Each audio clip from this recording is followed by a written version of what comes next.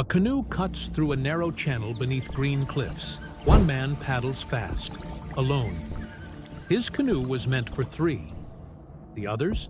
Taken. 8 of his companions, snatched by pale strangers.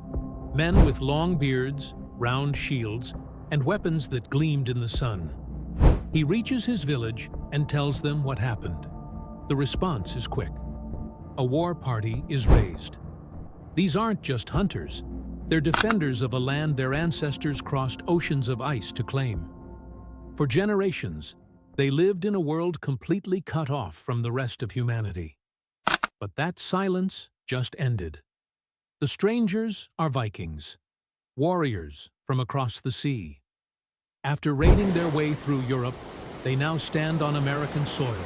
Thorvald Erikson, brother of Leif Erikson, leads this small Norse crew. They don't expect what comes next. Canoes flood the shoreline. Arrows fly. The Vikings raise their shields. It's a fierce attack. And then, it's over. The canoes vanish. But Thorvald doesn't make it. An arrow sticks from his side.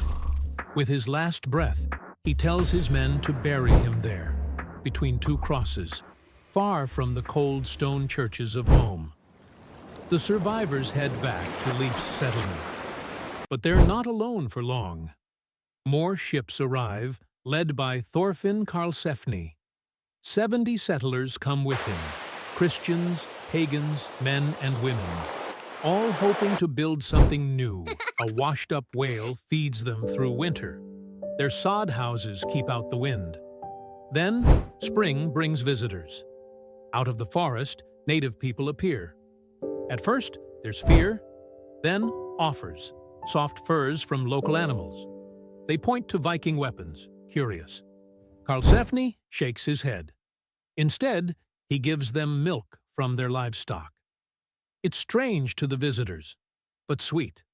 They trade everything they have for it, then disappear into the trees. Months later, they return. More pelts, more people. But this time, something goes wrong. A man tries to take a Viking weapon. One of the Norse strikes him dead. The others flee. Karlsefni knows what's coming. He sends out his warriors. They wait deep in the forest, hidden. When the native group arrives, the ambush begins. Axes meet arrows. Tomahawks clash with swords. The Vikings win, barely. But peace is gone. They survive the winter, but the fear never lifts. In the end, they pack up, load their ships with furs and grapes, and sail back across the ocean. For centuries, these events lived only in Icelandic sagas. Some parts read like fairy tales, like the one-legged monster that kills Thorvald, or the woman who chases away warriors by slapping her bare chest with a sword. But underneath the wild stories, something real remained.